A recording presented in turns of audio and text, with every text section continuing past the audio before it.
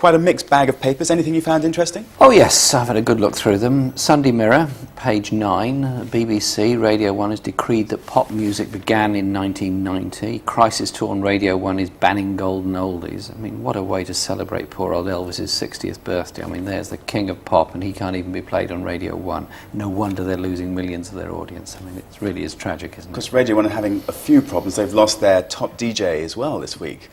They've lost their top DJs, they've stopped playing any kind of regular pop music of more than 10 years old. They're now playing modern mush and the audiences are running away. Anything else you found interesting? Yes, very good story I thought on the front page of the Sunday Times, something that's been a long time coming.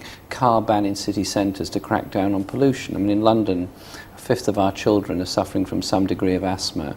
Air pollution is probably worse than it's ever been, particularly in the winter months. And they're now talking of, when there's high levels of pollution, banning cars on the M6 in Birmingham and certain other cities. Well, that's okay, but I think as a society we've got to actually face up to the issue of air pollution and public transport and put money into public transport and remove private cars from city centres. I mean, there is no way that this city can go on increasing the number of cars on the roads and not expect to pay the price. I know that you tend to cycle most places yourself, but do you think it's feasible that you can get rid of all the cars in central London? No, it's not feasible to get rid of all cars. What we can do is remove a lot of car parking spaces in central London. That would help.